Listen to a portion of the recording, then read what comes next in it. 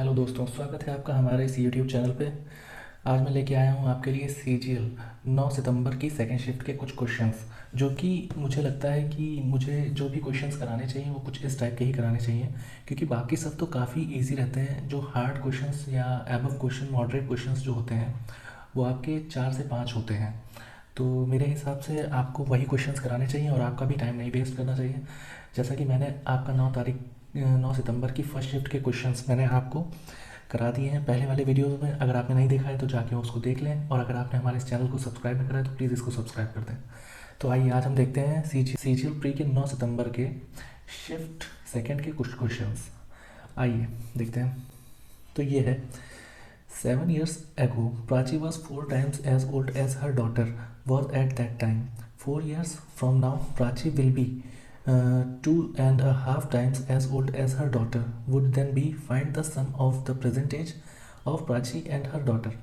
अच्छा, कुछ लोगों को शिकायत हो सकती है कि मैं ये क्वेश्चंस आपको हिंदी में नहीं कराता हूँ, लेकिन मैं आपकी आदत डलवाना चाहता हूँ कि आप ये सारे क्वेश्चंस इंग्लिश में ही अटैम्प्ट करें, क्योंकि इंग्लिश में इन क्वेश्चंस को समझना और करना, और अगर कुछ इसमें प्रॉब्लम भी होती है अगर क्वेश्चन में, अगर हिंदी में, तो वो इंग्लिश को ही प्रेफर करते हैं एज ए मतलब राइट। तो आपको आदत बनानी चाहिए कि इंग्लिश में ही आप क्वेश्चन अटैम्प्ट करें। इससे आपका क्या रहेगा कि आप सारे क्वेश्चंस आराम से अटैम्प्ट कर सकते हैं अच्छे से। तो इस क्वेश्चन में आपसे क्या कह रहा है कि 7 साल पहले जो प्राची की एज है वो उसकी डॉटर से 4 years है, मतलब 4 गुनी है। तो आइए हम लोग देखते हैं कैसे कर सकते हैं। इस टाइप के क्वेश्चंस को आपको हमेशा, मेरे हिसाब से, जब आपका दिमाग एकदम प्रेशर में होता है ना, तो लोग कहते हैं कि आप इसको ऐसे कर दीजिए, इसको ऐसे कर दीजिए, ऐसे कर दीजिए, ऐसे कर दीजिए। ऐसे करने के लिए आपके पास टाइम होना चाहिए और आपके पास प्रेशर कम होना चाहिए। लेकिन मेरा कहना ये है कि आप टाइम ना वेस्ट करते हुए सीधा पकड़ो, और जो भी उस टाइम पे आ रहा है, अगर आप शॉर्टकट मेथड आ रहा है दिमाग में तो ठीक, नहीं आ रहा है तो सीधा पकड़ो एक्स। टाइम वेस्ट करने से अच्छा और वहाँ पे बैठ के याद करने से अच्छा कि आप पेन चलाएं और बेसिक से ही उसको निपटा दें। तो आइए इस क्वेश्चन को हम लोग देखते हैं एक्स मान के। तो इसमें दिया है आपको 7 years एगो। तो आइए, 7 years एगो प्राची की जो एज है 7 साल पहले, वो 4 गुना है उसकी डॉटर से। लेकिन उसकी डॉटर को हमने डी मान लिया, प्राची को हमने पी मान लिया है। उसकी डॉटर कितनी होगी? 7, मतलब सॉरी 4 गुनी। ये है प्राची की 7 साल पहले की एज, और ये है उसकी डॉटर की। ठीक है, तो हम लोग जब इसको सॉल्व करेंगे तो हमारे पास P is equals to 4D-21। ठीक है, ये हमारी इक्वेशन 1 हो जाएगी। इसको आप ले लेना। इक्वेशन 1 क्या, आप दिमाग में ही रखो इसको। मैं आपको ज़्यादा कंफ्यूज नहीं करना चाहता हूँ, क्योंकि वरना आप लोग कहेंगे तुम तो बिल्कुल अकेडमी की तरह पढ़ा रहे हो। लेकिन आप इसको दिमाग में रखिए। लेकिन आपको समझाने के लिए मैं ऐसा कर रहा हूँ। आप लोग प्लीज़ मुझको जज ना करना कि मैं ऐसे करा रहा हूँ। आप लोग कहोगे तो मैं एकदम डायरेक्टली भी करा सकता हूँ, ठीक है। लेकिन आपको समझ में आया इस वीडियो में यही क्वेश्चन, ये बस मेरा मकसद है। तो आइए, इसमें आपसे सेकंड में क्या कहा है कि प्राची की 4 साल बाद एज जो है उसकी डॉटर की 2.5 गुना हो जाती है। 2.5 का मतलब क्या होता है? 5/2। यानी कि हम लेते हैं P+4 इज इक्वल्स टू 5/2। उसकी डॉटर की भी एज आज से। अच्छा, एक चीज़ याद रखिएगा, मान लीजिए मेरा प्रेजेंट टाइम है। अगर ये कन्फ्यूजन आ रहा है 7 और 4 की, ये मेरा प्रेजेंट टाइम है, तो इस प्रेजेंट टाइम से मैं पहले लूँगा 7, ठीक है। प्रेजेंट टाइम से आगे लूँगा 4, ठीक है ना। तो इस चीज़ में कन्फ्यूज ना होना कि मैं ये चीज़ कैसे कर रहा हूँ, ठीक है। तो आप ये देखिए, P is equals to 5/2 D+6। इसको हम लोग मान लेते हैं सेकेंड इक्वेशन, ठीक है। तो अब हम क्या करेंगे, जो ये P है और ये P है, तो हम लोग बराबर कर लेते हैं। 4D-21 is equals to 5/2 D+6। तो ये सॉल्व करते हैं। इसको जब हम इधर ले जाएंगे तो कितना होगा, तो हम डायरेक्ट कर सकते हैं ना इसको। अगर आप दिमाग लगाएंगे तो हम जैसे कि इसको यहाँ लेके आएंगे, इसको यहाँ लेके आएंगे, तो ये प्लस में हो जाएगा, ये हो जाएगा 28, ठीक है। और यहाँ पे हम इसको लाएंगे तो ये माइनस में हो जाएगा, तो बाई 2 8 -5/2, ठीक है, 3/2। तो आप जब ऐसे करेंगे तो 2 ऊपर जाएगा, नीचे आएगा, 3 उधर जाएगा, ठीक है। तो आपका D इज इक्वल्स टू 18। सब दिमाग में करिए बिल्कुल, क्योंकि आपके पास बहुत, मतलब आपके पास ये करने के लिए इतनी बड़ी क्वेश्चन नहीं है। आप इसको यहाँ लाएंगे तो आप मन में कर सकते हैं इतनी सी चीज़, ठीक है। यानी ये डी क्या है, डी मैंने क्या माना था, डॉटर की एज, यानी डी की 18 है। तो अब प्राची की कितनी होगी, तो डी को उठा के हम इक्वेशन फर्स्ट में रख देंगे। तो आइए, जैसा कि आपको इक्वेशन फर्स्ट दी गई थी 4D - 21, तो यहाँ पे हमें डी पता चल गया है।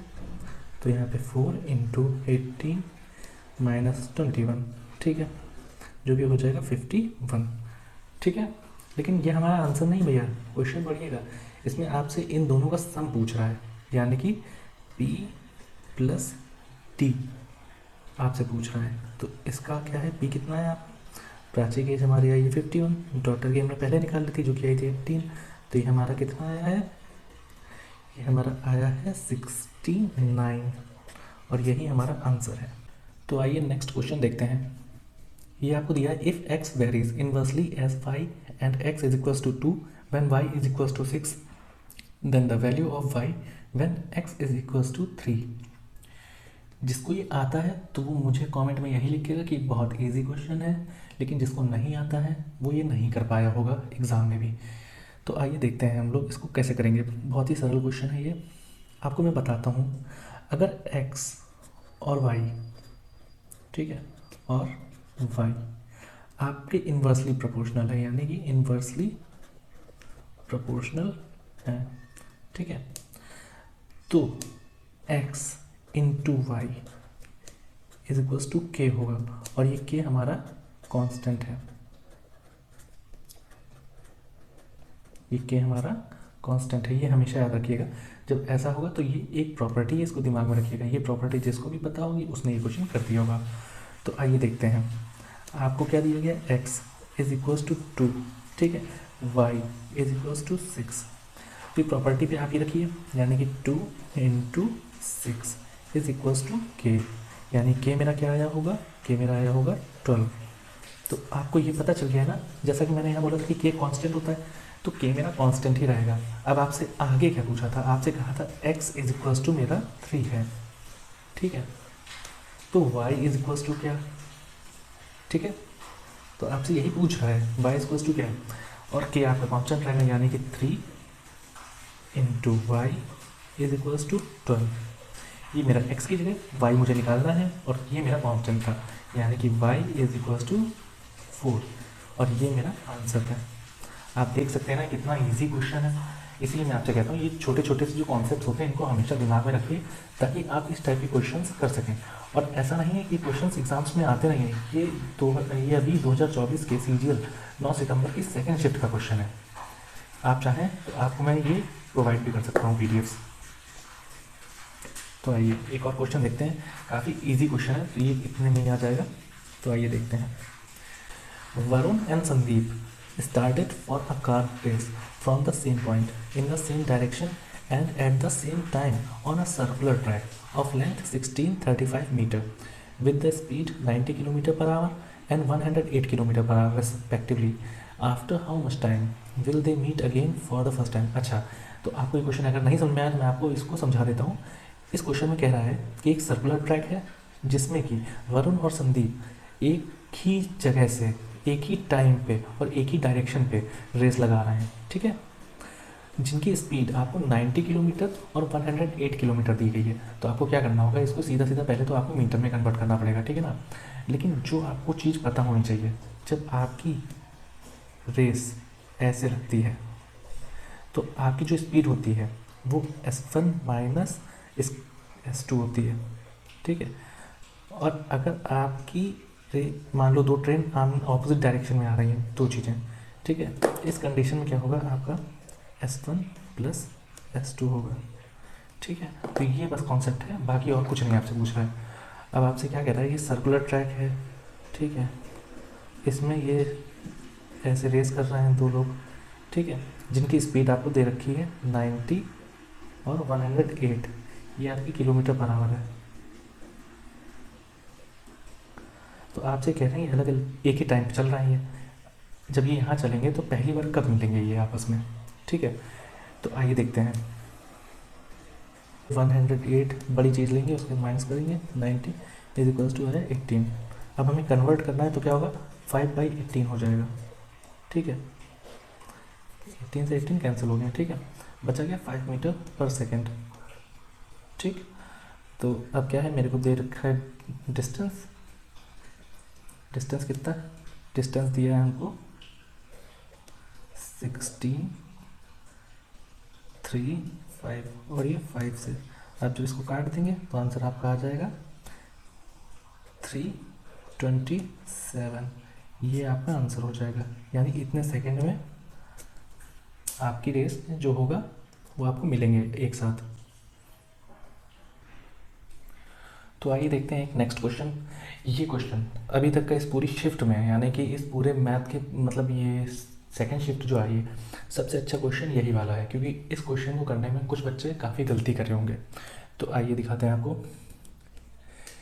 अच्छा, कुछ लोग क्या होता है, इतने बड़े क्वेश्चन को देख के बिल्कुल छोड़ देते हैं, सोचते हैं कि मैं ये कर ही नहीं पाऊंगा, लेकिन ये क्वेश्चन काफ़ी सही रहते हैं अगर आपका थोड़ा भी कॉन्सेप्ट क्लियर है तो।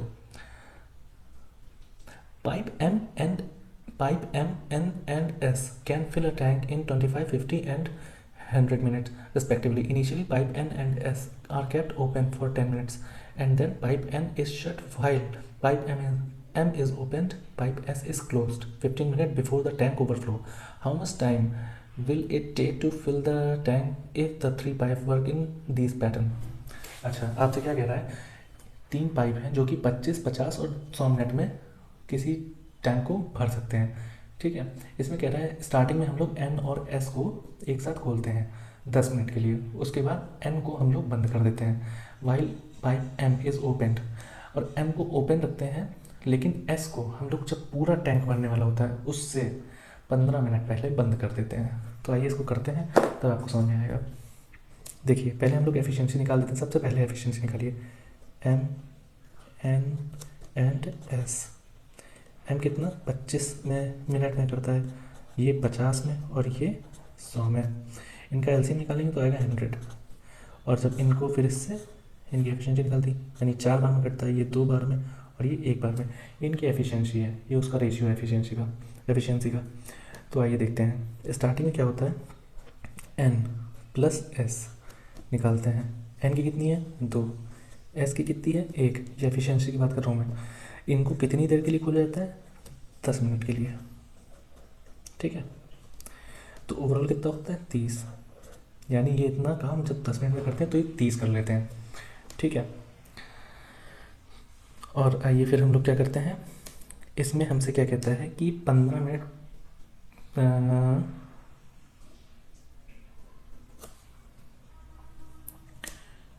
ठीक है, अब आपसे क्या कह रहा है कि एस को हम लोग 15 मिनट पहले क्लोज कर देते हैं जब टैंक पूरा भर रहा होगा। तो भाई जब टैंक पूरा भर रहा होगा तो 15 मिनट पहले तक केवल और केवल एम नहीं तो काम करा होगा, यानी एम वाला ही पाइप तो चल रहा होगा। एम की एफिशिएंसी कितनी है 4, यानी कि 4 जो है आपका 15 मिनट जो है 15 मिनट तक चल रहा होगा। तो 15 4 जा 60, यानी कि इसने 60 भरा होगा, यानी कि जिसमें एम और एस ने एक साथ जहाँ काम करा है वो सिर्फ 10 रहा है, यानी कि 10, क्योंकि ये भाई 60, ये 30, ये 90 हो गया, और ओवरऑल वर्क कितना मेरा 100, यानी कि 100 से 90 का वर्किंग टाइम बचेगा। तो एम और एस ने केवल और केवल 10 काम करे हैं, यानी एम की एफिशिएंसी 4, एस की 1, यानी कि दोनों की ऐड कर देंगे तो हो जाएगा 5 और ये 2 मिनट। तो ये टाइम है, इनको ऐड कर दीजिए आप, यानी कि कितना हो गया 27 मिनट। ये इतना सिंपल सा क्वेश्चन था। आइए एक क्वेश्चन और देखते हैं। ये शिफ्ट का केवल लास्ट क्वेश्चन है जो कि मुझको लगा कि ये ठीक था थोड़ा। बाकी अगर आपको भी कोई क्वेश्चन अगर इस शिफ्ट में अच्छा लगा हो तो आप मुझको कमेंट कर दीजिएगा, मैं उसका भी आंसर आपको अच्छे से प्रोवाइड कर दूंगा। क्वेश्चन में क्या कह रहा है, at present A is thrice as old as B, C is 5 years elder than B. The sum of the ages of A, B and C is 75. The ratio of the age of B 5 years ago to the age of A 3 years from now. यानी इस question में कुछ नहीं, केवल आपको ये जो है ना लाइन से आपको लैंग्वेज से आपको केवल कंफ्यूज कर रहा है और कुछ नहीं। जिसने क्वेश्चन बना लिया होगा उसका हो गया होगा। मान लीजिए हमारी A, B और C हैं, हम मानते हैं B को X, ठीक है। सी हमारा क्या है, सी हमारा बी से 5 ज़्यादा है, ठीक है, और ये हमारा 3 गुना है, ए 3x है।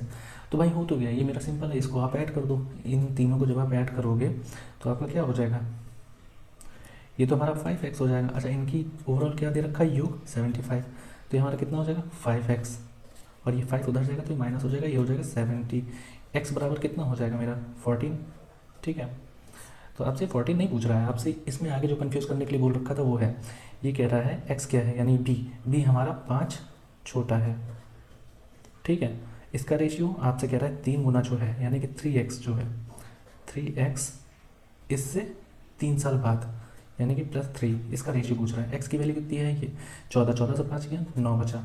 ठीक है, 9 रेशियो, और यहाँ पे कितना है 14, 42 + 3 45। ठीक है, ये आपका रेशियो है, ये भी 9 से कट जाएगा, तो आएगा मेरा रेशियो 5, 1:5। तो दोस्तों ये थे कुछ आज के लिए क्वेश्चंस जो कि मुझको लगे कि ये क्वेश्चंस आपको कराना ज़रूरी है, क्योंकि कुछ बच्चों को, जो भी उन लोगों जिन्होंने भी एग्ज़ाम दिया होगा, उनको इन क्वेश्चंस में ही दिक्कत आई होगी। लेकिन जिसका भी थोड़ा भी कॉन्सेप्ट क्लियर है तो उसको कोई दिक्कत नहीं होगी। तो अगर आपको ये वीडियो अच्छा लगा हो तो इस चैनल को लाइक करिएगा, इस वीडियो को लाइक करिएगा, इस चैनल को सब्सक्राइब करिएगा, और मुझे कमेंट में बताइएगा कि आपको और कौन से शिफ्ट के क्वेश्चन चाहिए। हालांकि मैं अपनी तरफ से कराता रहूँगा आपको जो भी अच्छे क्वेश्चन हैं, लेकिन अगर आप लोग भी अगर बताएंगे तो मुझको मोटिवेशन मिलेगा और मैं आगे ऐसे और भी वीडियोस बनाऊंगा। थैंक यू दोस्तों, आपसे मिलता हूँ नेक्स्ट वीडियो में।